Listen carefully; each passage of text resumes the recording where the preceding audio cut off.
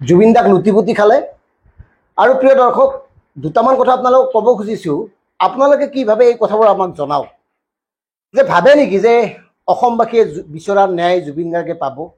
জুবিন গাৰ্গে ন্যায় পাবলগীয়া নাই, কিন্তু এটা কথা ভাল হ'ল যে জুবিন গাৰ্গক লোকে জুবিন গাৰ্গক বিভিন্ন সময়ত ব্যৱহাৰ কৰি আহিছিল। তেওঁলোকক আমি সামাজিকভাৱে বৰ্জন কৰি জুবিন গাৰ্গক ন্যায় দিব লাগিব, জুবিন গাৰ্গৰ প্ৰতি সন্মান প্ৰদৰ্শন কৰিব লাগিব। আৰু এইসকলক আমৃত্যু আমি বৰ্জন কৰিম। গতিকে শ্যাম কানু, সিদ্ধাৰ্থ, শেখৰ, ভানুপ্ৰিয়কে ধৰি বা নিশিতা গোস্বামী, এওঁলোকে চব একেই। আৰু আমি চব একেই লগত আজি দুটা নাম জড়িত কৰাব খুজিছোঁ। এই যে জয়ন্ত কাকতি নামৰ ল'ৰা এজন থাকে জুবিনদাৰ লগত, মেনেজাৰ আছিল হেনো। আনহাতে বংকিম ৰায় মেধি, তেওঁলোকো কম বস্তু নহয়। তেওঁলোকেও জুবিন দাক কেৱল খীৰা আহিছে, আমাৰ গাঁৱৰ ভাষাত দুই গৈছে, দুইছে।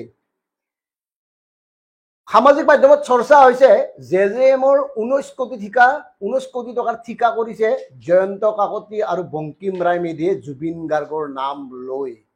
কথাবোৰ ভাবক, জুবিন গাৰ্গৰ নাম লৈ যদি এওঁলোকে কোটি কোটি টকাৰ ঠিকা কৰি আহিছে, মানে জুবিন গাৰ্গক আৰু ক'ত ক'ত ব্যৱহাৰ কৰিছে। আনহাতে জুবিন গাৰ্গৰ মৃত্যুৰ দুদিনমান পিছত বংকিম ৰায় মেধিয়ে খুব সৎ দেখুৱাই নিজকে কৈছিল তেওঁ হেনো জুবিন গাৰ্গক 1 কোটি টকা দিব আছে, টকাখিনি দিব। এতিয়া আমাৰ প্ৰশ্ন হ'ল, এই কথাবোৰ স্পষ্ট হ'ব লাগে, এই কথাবোৰ ক্লিয়াৰ হ'ব লাগে।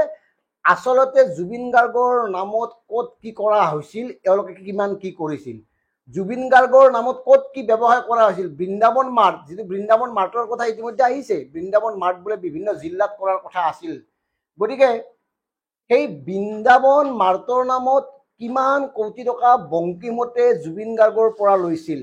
গতিকে প্ৰিয় দৰ্শক, আমি ক'ব খোজা কথা এয়াই যে জুবিন গাৰ্গক সকলোৱে কেৱল খীৰাইছে, জুবিন গাৰ্গক ব্যৱহাৰ কৰিছে, জুবিন গাৰ্গৰ নামত বেপাৰ কৰিছে, বাণিজ্য কৰিছে। গতিকে যিসকলে আমাৰ প্ৰাণৰ সম্পদ জুবিন গাৰ্গক ব্যৱহাৰ কৰি এনেকৈ মৰিবলৈ এৰি দিলে, তেওঁলোকক অসমবাসীয়ে কোনো কালে ক্ষমা কৰাৰ প্ৰশ্নই নাই। আৰু তেওঁলোকক আৱৰ্জনা হিচাপে আমি ধৰি লৈছোঁ আৰু তেওঁলোকক আমি বৰ্জন কৰিছোঁ। চিম্পুল কথা, অসমবাসীয়ে তেওঁলোকক বৰ্জন কৰিব লাগে।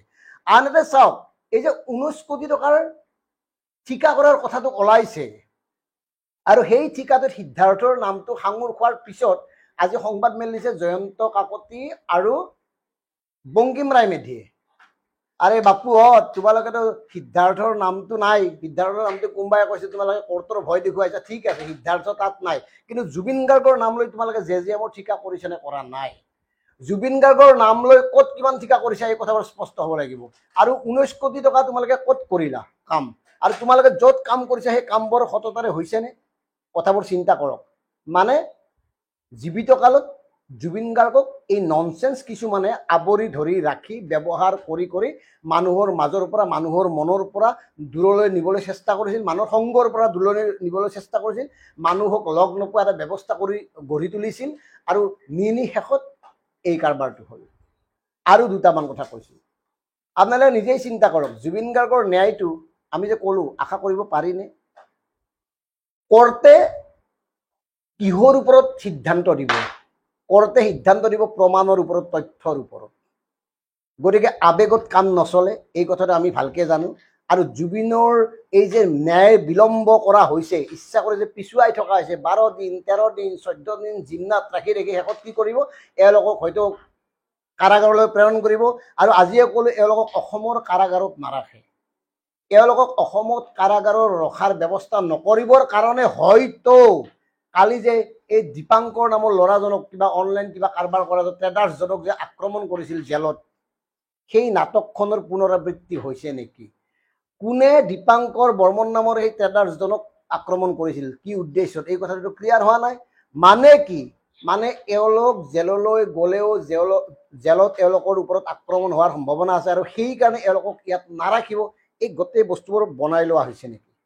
কাৰণ এওঁলোকক অসমৰ বেলেগ ৰাজ্যৰ বা ভাৰতবৰ্ষৰ বিভিন্ন ৰাজ্যৰ জেলত থোৱাৰ ব্যৱস্থা কৰা হৈছে নেকি গোপনে গোপনে গোটেই এজেণ্ডাটো? কাৰণ এইকাৰণে কৈছোঁ, শেখৰ, সিদ্ধাৰ্থহঁতে জুবিন গাৰ্গক পৰিকল্পিতভাৱে হত্যা কৰিছে, এইটো একদম স্পষ্ট কথা। এতিয়া আইনে প্ৰমাণ চাব।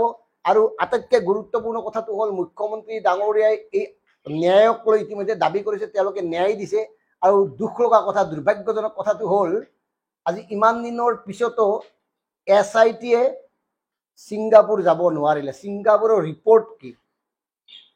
এই কথাটো শান্তনু ঠাকুৰে কালি কৈছে, এডভকেট শান্তনু ঠাকুৰে, যে যিটো প্লেচ অফ অকাৰেঞ্চি, য'ত ঘটনা প্ৰডাকশ্যন, য'ত হৈছিল বস্তুটো, তাতনো প্ৰমাণ কোনোবাই ৰাখিবনে? গতিকে আইনে প্ৰমাণহে চাব। এতিয়া ভাবক কথাবোৰ ক'ৰ পৰা ক'লৈ গৈ আছে, আৰু শেষত গৈ এওঁলোকে এনেকুৱা এটা পৰ্যায়লৈ লৈ গৈছে, জুবিন গাৰ্গক লৈ 26ৰ ৰাজনৈতিক নিৰ্বাচনী যিখন যুঁজ, সেই যুঁজত অৱতীৰ্ণ হ'বলৈ এওঁলোকে ৰৈ আছে। এওঁলোকৰ বেলেগ কোনো এজেণ্ডা নাই। এওঁলোকে জুবিন গাৰ্গক ইমান ধুনীয়াকৈ ব্যৱহাৰ কৰিব, ইতিমধ্যে বিভিন্ন জনে ব্যৱহাৰ কৰিবলৈ আৰম্ভ কৰিছে। প্ৰতিটো দলেই, প্ৰতিটো দলক অৱশ্যে প্ৰতিটো দল বুলি ক'লে ভুল হ'ব, মূল দল বিজেপি আৰু কংগ্ৰেছ, এওঁলোকে জুবিনক কেন্দ্ৰ কৰিয়ে 25ৰ নিৰ্বাচন যিখন খেল যুঁজ, সেইখনত অৱতীৰ্ণ হ'ব। আজিয়েই গ'লে নিশ্চিত থাকক, কাৰণ এওঁলোকৰ হাতত বৰ বিশেষ নাই। কংগ্ৰেছৰ হাতত কিবা ইছ্যু থাকিলেও বিজেপিৰ হাতত মুঠেই ইছ্যু নাই। কি কৈ বিজেপিয়ে 26ত ভোট খুজিব কওক? গতিকে 26ত জুবিন গাৰ্গক সন্মুখত ৰাখি এখেতসকলে ইলেকশ্যন খেলিব, নিৰ্বাচন খেলিব। ইতিমধ্যে এই কথাবোৰ স্পষ্ট হৈছে। আৰু আমি ক'ব খোজা দুটা কথাটো হ'ল, আমি কি কৰিব পাৰোঁ? জুবিন গাৰ্গে ন্যায় পাওক নাপাওক বাদ দিয়ক, জুবিন গাৰ্গ আমাৰ মাজত থাকিব। আমাৰ মনৰ পৰা, আমাৰ মন মগজুৰ পৰা জুবিন গাৰ্গক কোনেও কেতিয়াও কস্মিন কালেও আঁতৰাই নিব নোৱাৰে। আমাৰ ভাৱনা, আমাৰ চেতনা, আমাৰ দৃষ্টি, আমাৰ চিন্তা, আমাৰ মনন চেতন বা আমি শুনিলেও জুবিনকে শুনিম, জুবিন আমাৰ লগত থাকিব, জুবিনক কোনেও কাঢ়ি দিব নোৱাৰে। কিন্তু জুবিন গাৰ্গৰ ন্যায়ৰ নামত এই কাৰবাৰবোৰ আমি হ'বলৈ নিদিওঁ, দিয়া উচিত নহ'ব। গতিকে জুবিন অনুৰাগীসকলৰো এটা বিনম্ৰ অনুৰোধ এয়াই যে এইসকলক আমি ঘৃণাৰে উপচাই পেলাব লাগিব। যিসকলে জীৱিত অৱস্থাত জুবিন গাৰ্গক বিভিন্ন ধৰণে ব্যৱহাৰ কৰিলে, যিসকলে জীৱিত অৱস্থাত জুবিন গাৰ্গৰ লগত থাকি জুবিন গাৰ্গৰ বুকুত কামুৰিলে, এই শেষৰ ননচেন্স হৈছে বোলে 6 লাখৰ মাইক্ৰফোন 16 লাখ টকা বেচিলে, এই কাৰবাৰবোৰ এতিয়াই পোহৰলৈ আহিছে। আৰু আমি এটা কথা স্পষ্ট কৰি দিওঁ, আজি ইজনে সিজনৰ ওপৰত দোষ জাপি দিলেও কোনো হাৰি যাব নোৱাৰে। প্ৰত্যেকে সুবিধা লৈছে, কোনোবাই এঠাইত লৈছে, কোনোবাই আন ঠাইত লৈছে, কোনোবাই 10 টকা লৈছে, কোনোবাই 100 টকা লৈছে। মুঠতে সুবিধা এওঁলোকে এই কাৰণে লৈছে, আৰু লোৱাৰ কাৰণে ইমান দিন মাতা নাছিল। আজি যে হঠাৎ চবে জুবিন প্ৰেমী হৈ উঠিল, জুবিনক কোনে বেয়া পাইছিল, জুবিনক কেনেকৈ মানুহৰ পৰা আঁতৰাই নিছিল, জুবিনক কোনে অন্যায় কৰিছে, কোনে শোষণ কৰিছে, জুবিনক কোনে বিত্তীয় দিশত অন্যায় কৰিছিল, কেনেকৈ তেওঁৰ পইচাবোৰ আত্মসাৎ কৰিছিল, এই কথাবোৰ যে আজি কৈছে, চবে কৰিছে, বেছিভাগেই কৰিছে। বেছিভাগ শব্দটো এই কাৰণে কৈছোঁ, যিসকলে কৰিছিল তেওঁলোকে জুবিনৰ লগত থাকি ইমান উত্থান হৈছে। তেওঁলোকে জুবিনত থাকিয়ে 3 মহলীয়া ঘৰ বনাইছে, বিভিন্ন ধৰণৰ সা সম্পদ কৰিছে, তেওঁলোকে জুবিনৰ লগত থাকিয়ে পৰিচয় লাভ কৰিছে। গতিকে এইসকলক আমি চিনি থোৱা উচিত। আৰু মূলতঃ এই কেইজনমান মহিলাক বেয়াকৈ ক'বলৈ বেয়া লাগে। মহিলাবিলাকক বেয়াকৈ এইকাৰণে ক'বলৈ বেয়া লাগে, মহিলা প্ৰত্যেকৰ ঘৰত থাকে, মহিলা মাতৃ। গতিকে তথাপিও এই যে ভানুপ্ৰিয়া নিশিতাহঁতে যে জুবিন গাৰ্গৰ কুৎসা ৰচনা কৰিবৰ কাৰণে, জুবিন গাৰ্গক ব্যক্তিগতভাৱে আক্ৰমণ কৰি চৰিত্ৰ হনন কৰাৰ কাৰণে প্ৰয়াস চলাইছে, এওঁলোককো ঘৃণাৰে উপচাই পেলাওক।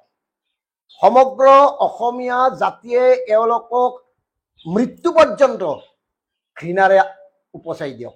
এওঁলোকক কোনো কালে ক'তো যাতে দেখিবলৈ নাপাওঁ আমি সামাজিক অনুষ্ঠানত। কোনো সামাজিক অনুষ্ঠানত যাতে এওঁলোকক মাতা নহয়, কোনো সামাজিক অনুষ্ঠানত এওঁলোকক যাতে সন্মানিত কৰা নহয়, এই কথাবোৰ মনত ৰাখিব। আৰু এই কথাবোৰ এইটোও মনত ৰাখিব, যিসকলে জুবিন গাৰ্গৰ লগত ছিংগাপুৰলৈ গৈছিল সেইসকলৰ নামবোৰ আমি মনত ৰাখিব লাগিব। আৰু ছিংগাপুৰৰ যি অসম এছ'চিয়েশ্যন, তেওঁলোকতো আমি মনত ৰাখিমেই। তেওঁলোক এতিয়ালৈকে অহা নাই, তেওঁলোকে আহিব লাগিছিল, হয়তো সেই আৱেগটো তেওঁলোকৰ নাই। সেই আৱেগটো নাই কাৰণে এই জুবিনদাৰ মৃত্যুত অসমীয়াৰ কি অৱস্থা হৈছে সেই কথাটো অনুভৱ কৰিব পৰা নাই, আৰু সেইকাৰণে তেওঁলোকে সহযোগ কৰিব খোজা নাই। কিন্তু তেওঁলোককো আমি অসমীয়া জাতিয়ে বৰ্জন কৰিব লাগিব। গতিকে শেষত এটা কথাই কওঁ, এওঁলোকে সকলোৱে লগ লাগি জুবিন গাৰ্গক খুব লুটিলে, জুবিন গাৰ্গক খালে, লুটি পুতি জুবিন গাৰ্গক ব্যৱহাৰ কৰি নিজৰ সা সম্পত্তি গঢ়িলে। আৰু অসমবাসী আমি কি হেৰুৱালোঁ? আমাৰ সম্পদ, আমাৰ সত্তা, আমাৰ চেতনা, আমাৰ চিন্তা, আমাৰ অহংকাৰ, আমাৰ পৰিচয় সকলোবোৰ হেৰুৱালোঁ আমি। এটা কথা ভাল লগা এয়াই কথা যে আমি জুবিন গাৰ্গক কায়িকভাৱে হেৰুৱালোঁ, কিন্তু জুবিন গাৰ্গৰ সৃষ্টিৰ আজি থাকি যাব, যুগ যুগ ধৰি থাকি যাব। আৰু জুবিন গাৰ্গক সৃষ্টিৰ মাজেৰে আমি জীয়াই ৰাখিম। আৰু জুবিন গাৰ্গে যিখন অসম দি গৈছিল, সেই অসমখনৰ আমি ৰক্ষক হ'ম, সৈনিক হ'ম। একদম স্পষ্ট কথা, এই অসমত কেইটামান বস্তু জুবিন গাৰ্গে শেষ কৰি থৈ গ'ল। হিন্দু মুছলমানৰ ৰাজনীতি শেষ কৰি থৈ গ'ল, বিভাজনৰ ৰাজনীতি শেষ কৰি থৈ গ'ল। আৰু আটাইতকৈ ভাল লগা কথাটো হ'ল, জুবিন গাৰ্গে এই কাৰবাৰটো কৰি দেখুৱাই দিলে যে জুবিন গাৰ্গে অসমবাসীয়ে ঘৃণা কৰিবলগীয়া মানুহখিনিক চিনাক্ত কৰি থৈ গুচি গ'ল। মানে আমি কাক ঘৃণা কৰিম? কোনসকল লোকে জুবিন গাৰ্গক আগুৰি জুবিন গাৰ্গক শেষ কৰিলে, কোনসকল জাতিৰ শত্ৰু, সেই সকলক জুবিন গাৰ্গে মৃত্যুৰ পিছতো চিনাকি কৰাই থৈ গ'ল আৰু তেওঁলোকক আমি নাপাহৰোঁ। আৰু মন কৰক, আজি 19 স্বত্বেও এটা কথা ক'বলৈ মন গৈছে। কিবা কাৰণ জুবিন গাৰ্গক যদি বেমাৰ হৈ কোনোবা এখন হস্পিটেলত মৃত্যু হ'লহেঁতেন, আজি তেওঁৰ কাষত কোনে থাকিলে? সিদ্ধাৰ্থ, শেখৰ, তাৰপিছত চামকানু, সঞ্জীৱ নাৰায়ণ আদিকে, হেমপ্ৰভা, মধুপ্ৰভা, নিশিতা, ফিচিতা এইবিলাকে আগুৰি থাকিলহেঁতেন আৰু তেওঁলোকে তেওঁলোকৰ সম্পত্তি বুলি মানে জহাই ফুৰি গোটেই বস্তুবোৰ নিয়ন্ত্ৰণ কৰিলেহেঁতেন। আৰু সেই সুযোগটো ভগৱানে নিদিলে, সেই সুযোগটো ঈশ্বৰে নিদিলে। গতিকে এই কামটো কৰি থৈ গ'ল। এই কামটো ইমান ভালকে কৰি থৈ গ'ল, জুবিন গাৰ্গক যিসকলে জীয়াই থকা সময়ত নিজৰ সম্পত্তিৰ দৰে ব্যৱহাৰ কৰিলে আৰু তেওঁলোকৰ স্বৰূপ অসমবাসীয়ে চিনি পালে জুবিন গাৰ্গৰ মৃত্যুৰ পিছত। আৰু সেইকাৰণে জুবিন গাৰ্গ ডাঙৰীয়া আৰু জুবিন গাৰ্গ আমাৰ প্ৰিয় জুবিন গাৰ্গৰ সেই সময়তে তেওঁলোকে কাষত থিয় দিয়াৰ সুযোগ নাপালে, সৌভাগ্য নহ'ল কাষত থিয় হোৱাৰ, এটা শ্ৰদ্ধাঞ্জলি জনোৱাৰ। কিমান ঘৃণিত ব্যক্তি এওঁলোক চাওক। সেইকাৰণে কৈছোঁ সকলোবোৰ একেই মানুহখিনিক আমি চিনি থ'ব লাগে, একেই মানুহখিনিক আমি ঘৃণাৰে উপচাই পেলাব লাগে আৰু একেই মানুহখিনিক আমি সামাজিকভাৱে বৰ্জন কৰিব লাগে। আৰু জুবিন গাৰ্গে দি থৈ যোৱা অসমখনক আমি অসম হিচাপে ৰাখিব লাগে। মই আকৌ কৈছোঁ, আজি যে জয়ন্ত কাকতি বা বংকিম ৰায় মেধিয়ে যিমান ভালভাৱেও সংবাদমেল নিদিলেও, কিবা ক'লেও, তেওঁলোকে জুবিন গাৰ্গক ব্যৱহাৰ কৰিছে। জুবিন গাৰ্গক ব্যৱহাৰ কৰাৰ দোষত তেওঁলোকক দোষী, তেওঁলোকক আমি বৰ্জন কৰিব লাগে। কাৰণ তেওঁলোকে জুবিন গাৰ্গৰ নামত ক'ত কি কৰিছে প্ৰথমতে সেইবোৰ তদন্ত হ'ব লাগে, চৰকাৰে তদন্ত কৰক। জুবিন গাৰ্গক ক'ত কেনেকৈ ব্যৱহাৰ কৰিছে, বৃন্দাবন মাৰ্টৰ নামত কিমান টকা লৈছিল বংকিম ৰায় মেধিয়ে, কিমান টকাৰ ঠিকা লৈছিল, ক'ৰ পৰা লৈছিল, ঠিকাৰ কামবোৰ কি হ'ল, এই সকলোবোৰ মানে তদন্ত কৰক, অনুসন্ধান কৰক। অৱশ্যে অনুসন্ধান কোনে কৰিব? JGMৰতো মেইন মালিক জয়ন্ত মল্ল বৰুৱাই। গতিকে তথাপিও আশা ৰাখিছোঁ অন্ততঃ ইডি যে লাগি আছে তেওঁলোকে এই কথাবোৰ চাওক। আৰু মাননীয় মুখ্যমন্ত্ৰী ডাঙৰ আপুনি এই কথাবোৰ চাওক। মানে জুবিনক ব্যৱহাৰ কৰি শেষ কৰিলে আৰু জুবিনক ন্যায় দিব পাৰিলেহে আমি আপোনাক ভাল পাম। অন্যথা আপুনি হাজাৰ লাখ বাৰ জুবিনৰ ন্যায়ৰ দাবী কৰিলেও এতিয়ালৈকে আমি শান্ত হোৱা নাই। জুবিনে ন্যায় পোৱা বুলি আমি মানি লোৱা নাই, মানি নলওঁ। কাৰণ এটা প্ৰক্ৰিয়া চলি আছে, বিচাৰ প্ৰক্ৰিয়া, আৰু বিচাৰ প্ৰক্ৰিয়াত কেইজনমান মানুহ গ্ৰেপ্তাৰ কৰা হৈছে। এয়াই জুবিনে ন্যায় পোৱাটো হ'ব নোৱাৰে। জুবিন গাৰ্গক ব্যৱহাৰ কৰা, জুবিন গাৰ্গক লুটিপুটি খোৱা, জুবিন গাৰ্গক পৰিকল্পিতভাৱে হত্যা কৰা প্ৰতিগৰাকীৰে দৃষ্টান্তমূলক শাস্তি হ'ব লাগিব। তাৰপিছতে আমি আপোনাক ধন্যবাদ জনাম, তাৰপিছতে আমি আপোনাক মানে ন্যায় দিয়া বুলি আপোনাৰ কথাত আমি মানি ল'ম। গতিকে শেষত এটা কথাই কওঁ, জুবিন গাৰ্গৰ অসমখন, জুবিন গাৰ্গৰ ন্যায়ৰ কাৰণে আমি আজীৱন লাগি যাম। জয় জুবিন দা, জয় আই অসম।